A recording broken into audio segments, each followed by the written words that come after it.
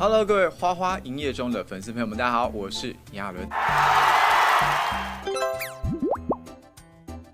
每次得知要上 S 姐和康永哥的节目，心里第一个反应是什么？很期待，但是那种紧张感好像超过期待。就是大家也知道他们的访问的风格嘛，然后尤其是 S 姐，我到现在都还没有办法理解她的思维。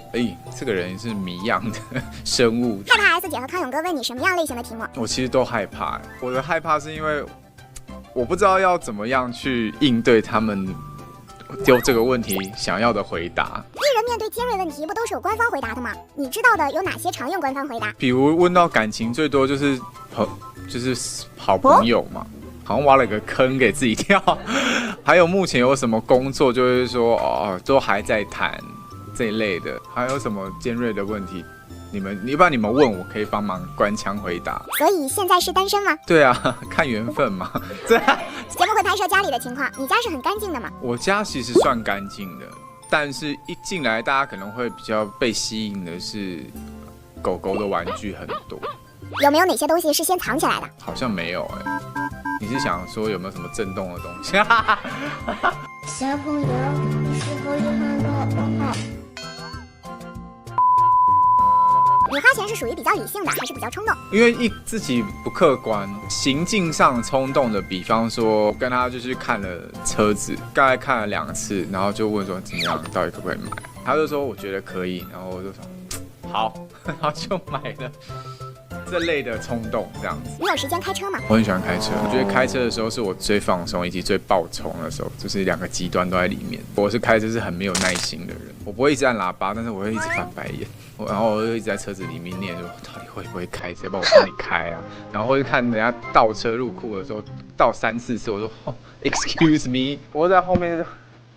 因为一整条路可能没有车，然后前面还是维持20、30这样。我想20、30到底要干嘛 ？Hello， 我还会切到旁边，然后看一下车子里面到底是做什么样的人这样子。你自己擅长理财吗？近期有逼自己要赶快，因为当老板了嘛，包括税务方面啦，怎么样去分担风险。像近期因为疫情的关系，然后因为很多的贸易战，自己要知道怎么样避险，比方说黄金啦，比方说南非币和美金之间的关系是什么啦，然后有一些外币的存款啊这一类的啦。因为疫情的关系，很多人都待在家里面没有出门。你平时宅吗？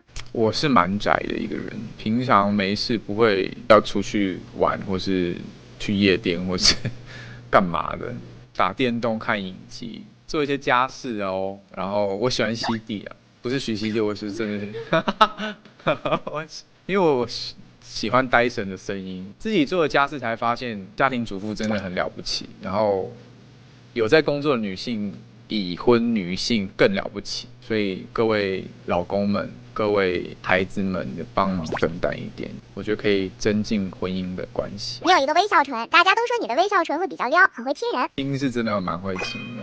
毕竟初恋从初中就开始了，什么样的亲法没亲过？就是小酌一下，或是停留久一点的法式的，蛮长的，就是觉得很软，很软。如果发现有狗仔跟拍，你会怎么样呢？所以最近不敏感，就是要不然就不会被跟那么久，不知道。对，发现被拍，如果真的发现的话，不知道可能跟他合照吧。你觉得跟粉丝之间什么样的距离会让你比较舒服？这个距离每天都在变我自己更是这样子，我就是更看心情在做事情的人，所以有时候真的可以很 close， 有时候真的我会把自己封起来这样子。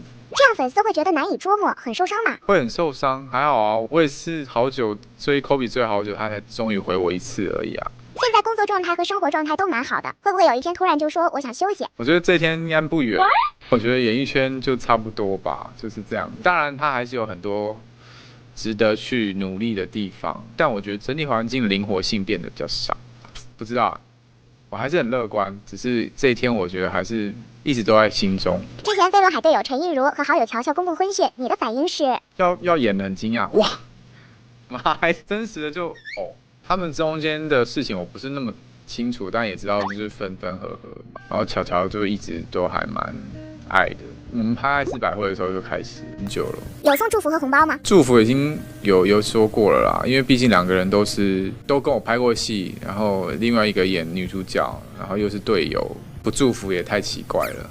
肯定心里是满满的祝福啊。但是你说包红包，要看他有没有邀请我去婚礼嘛。你是巧巧闺蜜啊？我是她的闺蜜，我到底要坐男方还是女方啊？好尴尬，就我坐中间，主桌有没有？坐在她爸爸妈妈旁边。身边越来越多的朋友结婚，你自己会不会想婚姻这件事儿？我本身对婚姻没有太多的好感啦。为什么？是因为很多人就是为了结婚而结婚，然后又或者是说感情走到某一个地步，好像不知道该怎么前进了，所以就结婚。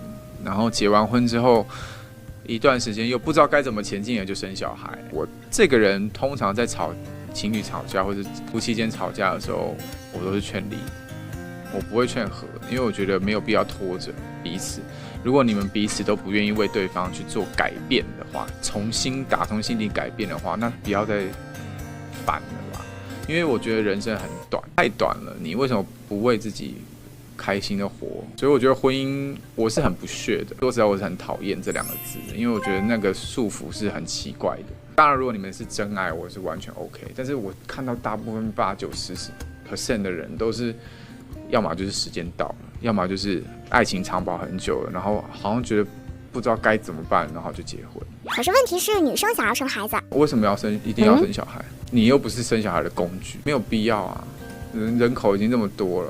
如果以爱情的样子来讲，你会给大家怎样的建议？我觉得大家要多去爱，因为你不知道你什么时候会真的遇到一个真的愿意跟你磨合的人哦。因为有的人是很公式化的结婚，好，我们今天来结婚，你就是配合我嘛。多去爱就是，我觉得可能热恋期过后会有一段时间是大家需要去努力的经营才会维持下去的。那如果在这一段时间里面，大家会觉得很难相处，就是没办法互相相处，而且很常吵架的话，我觉得这时候就适合说拜拜了，然后你就可以去投入下一段。然后不要太执着在某一个人身上，很多时候真爱不一定是你最理想的样子可以给你的。你自己做得到吗？我应该是可以做到的。我现在是可以，就是不要就立马就是可能会不联络一段时间或者什么的。你是那种可以爱情长跑的人吗？也可以。花花万物，常年陪伴。每周二在优酷不见不散。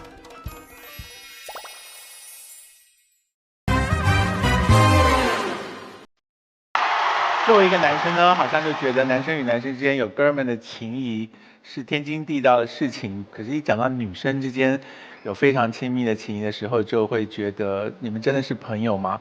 你们女生有这种感觉吗？因为男生可能会觉得我们女生就是虽然是好姐妹，可是还是会趁那个姐妹不在现场的时候说几句她的坏话，讲她的坏话。因为男生好像是不太爱讲人家坏话，不太会讲，就是心有余而力不足的感觉，所以就讲不太那么精到，像女生那么准确的描述出来。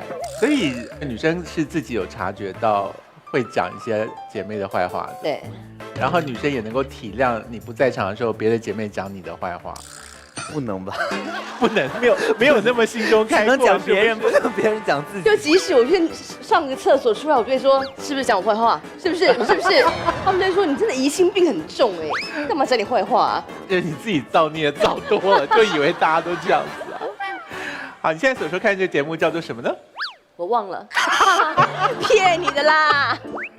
花花万物嘛，才要问。本节目由雪花马尔斯绿啤酒赞助播出。世界虽然无聊，还好我会创造。雪花马尔斯绿。好，我们今天邀请的这2位女明星呢，就是会被外界质疑说你们是不是真的那么要好？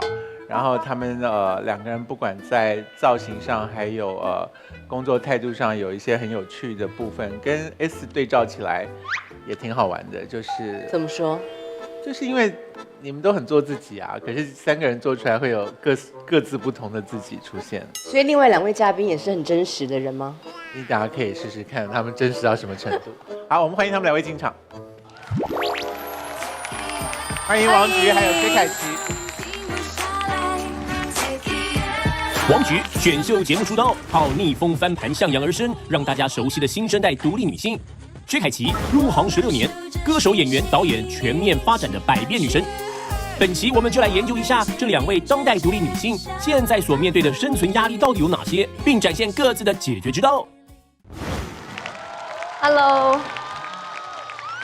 哎，徐熙娣，你看他们下楼，看得出来他们穿高跟鞋的能力有高下吗？不是很好啊，就停锵，然后一直。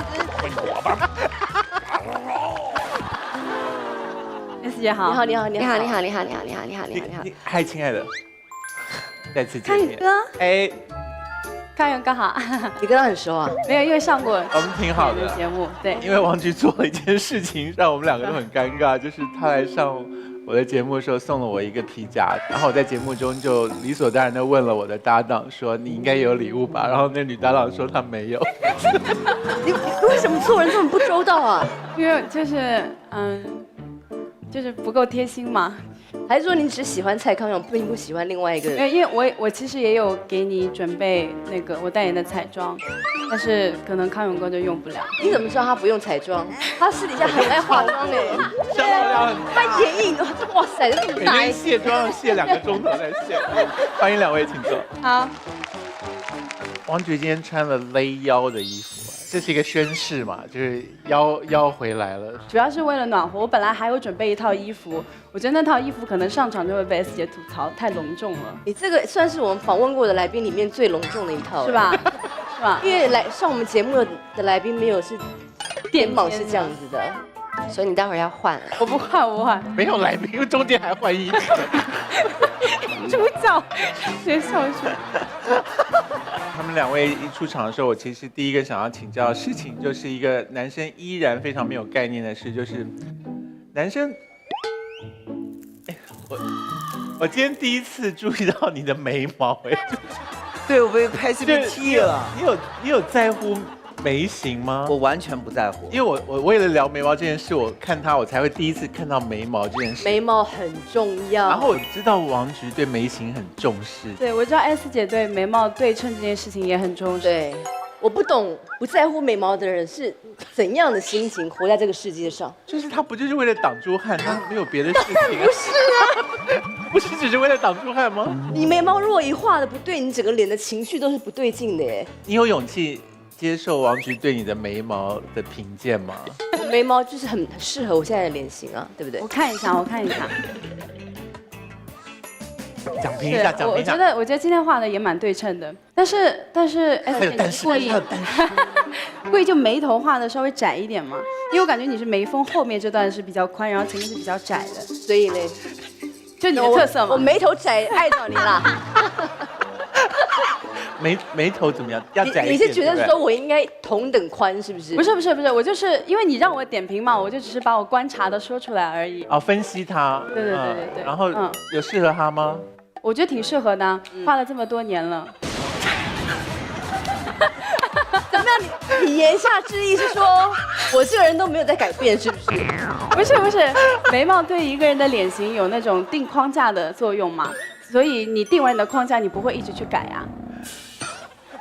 我以前拜托尝试过各种眉毛，比你更细的，还要调到几乎是没有眉毛的，然后慢慢演变到现在。I tried so many different 眉毛。太不了解我，你把我讲的好像一副我是一个不敢活在一个框架里。对啊，我这个人是没框架 ，OK？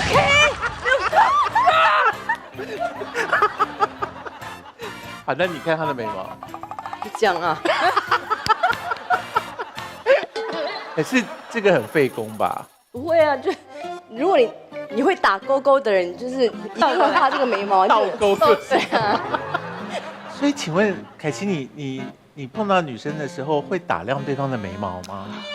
我最喜欢就是看女生，对，如果去喝酒啊，我会看她整个妆啊，怎么穿衣服啊，身材啊，对，但我是喜欢男生的，但我就只是没有，只是在问你会不会看眉毛，你看女生会不会先看到眉毛？人家是问我呀，不是问你，因为他刚刚都没有话讲，你就让他讲一下嘛。对呀，你讲了这么多眉毛，提供了非常丰富的讯息。然后你也不要介意他就是评估你的眉毛。刚才我们在拍东西嘛，然后他问我说，我怎么说都是一个前辈嘛。他说凯琪，你那个头发是一边长一边短。我说你以为就是弄错了，是故意的。我说造型你懂什么呀？闭嘴！我说你前辈啊。我说是不是？他怎么可能看不出来你这是故意的？傻。我看出来，傻也就算了，不要讲出来嘛。你不知道我是做造型的吗？对，讲眉毛，哦对，我就很喜欢。薛凯琪，你到底是多久没讲话了？我2天没讲话了，感觉你好像就是今天很想要大爆发。然后对眉毛，忘记眉毛没有关系，没有那么重要。就很喜欢看女生，对，因为我觉得女生很漂亮，也有丑的啦。不用说明，我们都知道的事。可他刚刚说喝酒，他刚刚说喝酒的时候他喜欢看人啊。对。所以你多常去喝酒？我不常去，但我会常常在家自己喝，因为工作就压力很大，然后可能1个月就放不了1天假，所以有的时候你回家，其实你心情还是那样子，很亢奋。那我就很亢奋，然后我就会自己在家喝酒，有红酒啊，有 tequila 啊，有 sake 啊，有 Baileys 啊，对。你真的很喜欢提供很多资讯，对，他会常常有列表出来，就一整。还没有问到他说你都喜欢喝什么酒，就自己把那个全部都讲出来。他也喝呀，我们拍节目我都会拿酒去他房间喝。他自己就我们收工了，他就拿了1瓶酒到我们房间来，然后大家就开始喝酒了。哦，你们就是因为录这个节目变成好朋友的嘛？对，你觉得女生做朋友会在乎对方的身材吗？肤色呢？不会，女生交朋友纯粹就是看聊不聊得来。然后如果成为姐妹淘之后，她突然变胖或者是变黑或什么，我们才会去说，哎，你怎么最近变那么黑，或者是最近怎么胖了这类的。你把变黑这个词讲的好像是负面的吗？你刚刚的语气，你最近怎么变黑了？你是这个意思吗？没有，我是说，哎，你是不是刚去度假玩？肤色好健康哦。你刚不是这样。所以你知道王菊是故意黑的？我知道，而且好像是定期要去晒。对，定期要去晒的，然后一段时间不晒，我就会变白。可是我看过你放的那个妆比较淡的照片。落差好大哦，那个是白的时候，对，白的时候，而且那个很早哎，那个是刚刚上大学的时候，整个五官是没有什么，就没有杀伤力的那种，没有什么攻击性，对。所以你是喜欢把自己弄成一个比较威猛的样子，对，就是一种武装自己的感觉吧。你白的时候走在路上，别人会认不出来是王菊。哦，我现在就不化妆出去，大家也认不出我是谁。所以你是说你不化妆走在路上，大家会认不出你？啊，认不出。还有很多人对我的意识停留在我之前上节目的时候，所以大家会想不到我现实中看起来是瘦的。现在还有很多观众误以为你是胖的，是不是？很多。我之前坐飞机，空姐有特地过来跟我说，你比之前电视上瘦好多。我今天见菊姐第一面也说了同样的话，叫她菊姐。这是网络对老师的尊重。你不可以叫薛凯琪凯琪姐哦，叫老师，因为她不喜欢被称姐。你怎么知道的？怕显老吗？第一、第二就香港没有这个习惯嘛，然后就上节目我就逼他们叫我凯琪妹妹，然后我教她就是因为我记性很差，然后我就怎么记得她是王菊很难记，然后整个节目我都叫她菊花。其实我教你菊花的时候，我每次看到我看到一朵菊花。你真的用菊花这个图去记人是吗？对，就我记图是比较容易。怎么办？你讲完之后，我现在看王菊就会看到一朵菊花，不能抢，不要抢。是的。请问这个动作是在干嘛？就是要让它整齐的往上。不要这样参差不齐的。对，如果跟男生吃饭的时候，他这样子是为了要放电吗？没有，就是他睫毛掉了，贴太大了。如果是这样的话，还是放电吧。你就刚刚把咬手指吗？就这样，这样还是放电。哦 ，OK。所以你生活中也喜欢贴这么大的假睫毛吗？我的睫毛因为一半是重的，所以有时候需要补几簇小的，所以它有的时候会有点错落，所以我就一直会这样子去理它。所以素颜上节目会让你很不安吗？因为我上部自己拍的电影也都是几乎就是素颜。完全素颜吗？对，几乎是。然后no，这个就是，这是你，这是我，这根本不是你啊！哎，这很勇敢哎。你怎么愿意这样？因为我想说，这个角色，还有包括这电影的基调，就是很生活化的，所以就是想要贴近这个角色去。而且我觉得素颜这个东西，反正我现在就已经反正放在电影里面，大家都看到了，以后大家就没什么好吐槽了。所以片名是《北京女子图鉴助理女王篇》。所以你在里面是演助理吗？对，我从一个助理，然后一路成长成为一个大经纪人。你知道他说他想要有一天可以得奥斯卡，不要这么说呀，很好。你觉得有机会吗？练好你的英语了吗？他的英语挺好的。他英语很好哎，还可以，还可以。你英语是在什么时候练的？一个就是正常学校里面学一个看美剧，还有就是我之前做模特经纪助理的时候，我会带很多很多的外模。所以你那时候当那个模特儿经纪人的时候，有遇到很嚣张的模特儿吗？有一些，比如说在中国已经工作很久的模特，他们会习惯于客户把他们就捧得很高，照顾得很周到。就比方说，有的活动他们自己迟到。然后客户就会催我，然后那边模特就说：“他说你放心，他们不会这么早开始的，每次到了现场还是要等。你刚做你不懂，我入行已经很久了。”然后我就说：“但不管是不是要到现场等，你的 call time 是几点，你就应该几点到。你要是不到，我就会被骂。”他就说：“哎，没关系啦，我很快就到啦。”等等等等，又半个小时，然后客户就一直骂我。然后到了现场之后，他就说：“你看，还不是要等？”我说：“可是你的 call time 是在几点几点？”然后他就说：“哎，有没有咖啡？”然后我说：“我帮你去问问。”问了一下，客户说没有提供给模特的咖啡。他说这个一定要让客户买的。然后我说：“那你就自己订吧。”然后他还在那边就喋喋不休，叭。我就说：“咖啡有没有签在合同里？如果没有，你就闭嘴。”你可以讲这么霸道的话？因为他一直在闹啊，我也没有办法。你又迟到，客户怎么可能再要给你买咖啡？他真的是知名模特儿吗？也还好吧，没有知名。如果是比较知名的，会不会就你比较不好意思这样直接把他怼回去？我觉得这也不行。你首先你要自己做到足够专业，你才能让别人来尊重你。你自己又迟到，然后态度又很不好，然后你要别人一定要给你咖啡，就没有这种事情啊。所以你也不会对他们非常客气，就是如果该骂的时候，你还是会骂，是吗？不能，我其实不会，我不会特别凶，我会就该好好照顾、好好说话的时候，我都会好好照顾。可是那种是属于无理取闹。我觉得我没有义务像一个保姆一样再去哄他，他自己也是个成年人了。你这个超不会吵架的人，就是如果没有咖啡，你讲了一句话，然后被怼回来，你有办法再怼回去吗？就是他说咖啡有没有签在合同里？如果没有，你就闭嘴。加油！那我喝红茶。有红茶吗？热红茶。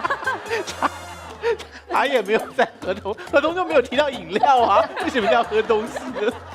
你在管理 model 的那个工作上面的时候，当他们跟你耍大牌的时候，你心里面有预感说有一天你会是没有？我当时就说，大家同样都是花这点时间在这个地方做事情，为什么你挣的比我多那么多？我想说，我要是拿那么多钱，我就不会像你这样哔哔哔哔哔哔哔哔哔哔。所以你有说出口这句话吗？没有，心里想。对。所以你现在是一个外形好像很张牙舞爪，但其实私底下人很好的人，是不是？我本来就是觉得我人还挺好的。对，万一你现在到一个现场去，然后客户没有提供咖啡的话，你会想起来那个故事吗？那就没关系。我其实现在发现，我做了艺人做了1年多之后，有时候脾气是有点不太好。但什么事会让你生气？就是因为没效率，我觉得没效率。有的时候我觉得这个进程很慢，然后我觉得大家都在聊废话，这些东西根本不可能被剪进去，然后嘉宾也没有 enjoy 到，就是我们在聊天过程中也没有 enjoy 到，然后我觉得说我们为什么要浪费这个时间？这个不是一个有效的谈话，所以你会摆臭脸，还是说你会怎么样？因为我想说，反正这镜头用不了，然后我就走神就。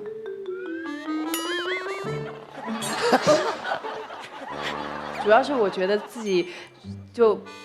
不像阿飞入行10几年了，我才入行1年多。你会不会聊天啊？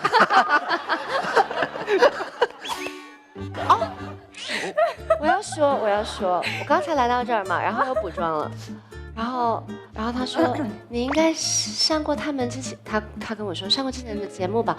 我说我上过很多年前了，然后。其实我不应该这么说，但我可能那一刹那我有生病，我傻嘛，然后就问他，那你呢？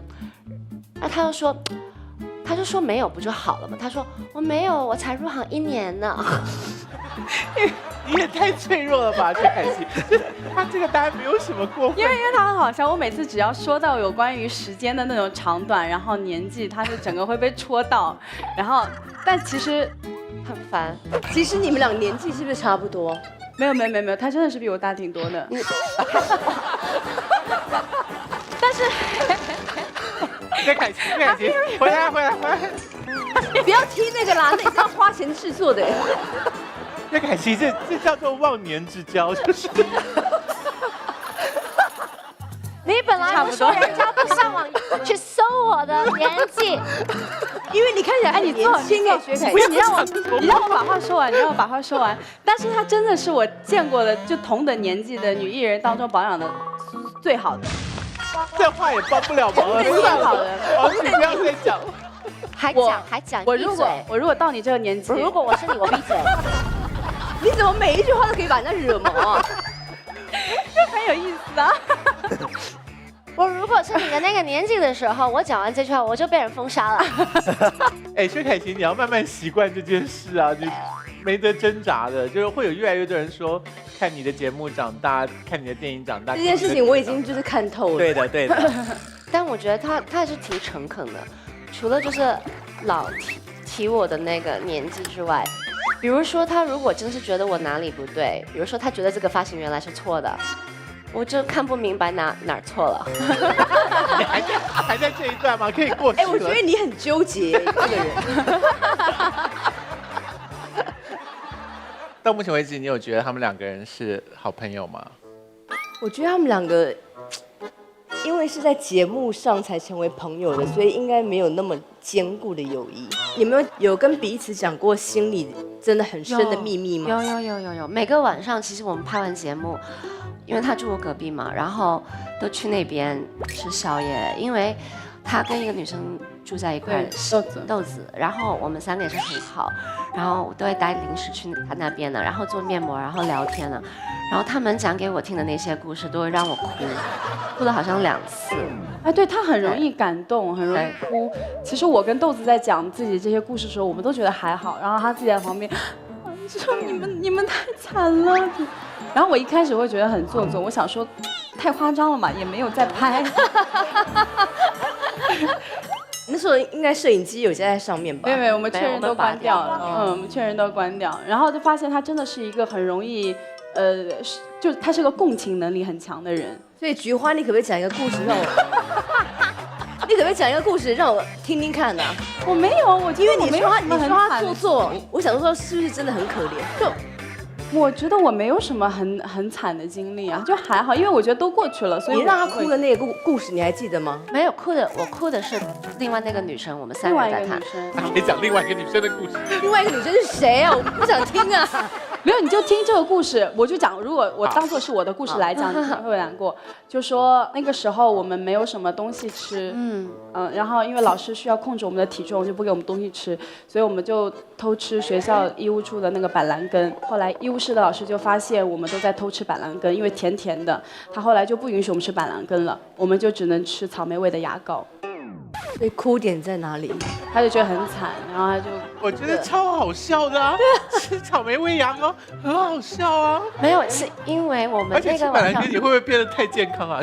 是讲很多故事，这个是其中一个这样子。对，跟你们自己讲的很乐，结果他就哭了。豆子其实也是对他来说，这是以前的那个经历，他现在肯定是比以前好很多了，所以我们讲起来的时候都不会觉得多痛苦了，因为都过去了。可是他听起来就觉得说啊，你们怎么都经历了这么惨的事情？所以薛凯琪，你是一直都很顺遂吗？当然不是。没有吧？我看你一出道就红了。但是也有。你不是一开始演电影就入围了最佳新人这些奖？对，就是你出上电影就立刻爆红，然后演电影也得奖。对。没有什么低潮，很顺利。有低潮，你也没东西吃啊。但我家也就是莫名其妙，就是我爸爸也是以前是没有钱的，然后他也是靠自己工作，然后那时候家里就很困难，然后我就老喜欢许愿，就是希望就是可以找到一份工作是能帮到家里的忙，然后就做了艺人了。那时候家里有一段时间也是穷的。然后因为小时候你知道家里穷，但你很小，你不懂，可能一家人只有可能1000块或者几百块能现金来用，然后我爸爸就说你拿去吧，然后。我记得他们讲的话，但那时候你就没有感觉，谢谢，很开心的出去了。然后出去的时候，我听见我妈妈在说我爸爸干嘛给他这么多那个现金，然后我爸爸就跟他妈妈说，我又想哭。对，我们还没有要哭，你自己什么点？什么点？你怎么了？他自己想到了，他自己就哭了。没有，可以忍住了，不用过来。不用出去吗？不用过去。谢谢。所以故事还可以讲下去吗？可以的。然后没有是开心的，因为他人很好嘛，他觉得就是成年人的什么问题顾虑不应该给小朋友的。他现在这么年轻，你就让他单纯的就是出去玩这样子。所以你在演唱会也很容易会落泪吗？对。你会不会一出场然后看到很多人举着荧光棒，你就开始大哭？你一出场看到没有人在会没有，重点是我的问题是演唱会，您总会想要就是感谢他们，然后讲一些就是心底话，但是一讲感动的我就哭，但哭不是一个问题，问题是我有鼻子过敏，我一哭我就有鼻涕啊，所以就很麻烦。唱歌的时候就会流下来的那种。对，就会流下来，然后对很麻烦。就我拍戏，我试过，就是那场戏我哭，然后有鼻涕，但那场戏我感情特别好，我不想要卡，因为有的时候我真的太恶心，我就看对不起，我说爸爸怎么会？你用爸爸的袖子擦掉，一定没事的，这样子。因为有的时候有的人真的会，那个演员有发现你在擦鼻涕吗？我管他。对。我管他，那一场戏我感情来了，我不管。所以你是只要一哭就会流鼻涕的人吗？对。所以那个演员如果接下来他要演说爸爸不哭，爸爸不哭，然后擦，然后这边就会是薛凯琪的鼻涕。薛凯琪其实演过一些角色是虽然被认为表现得很深刻，其实他演出的当时本人是在痛苦当中。对。所以你有演过抑郁的角色，然后自己刚好就在抑郁症里面的。抑郁的时候反而不是演抑郁症的角色，就是还要演别的角色。有，那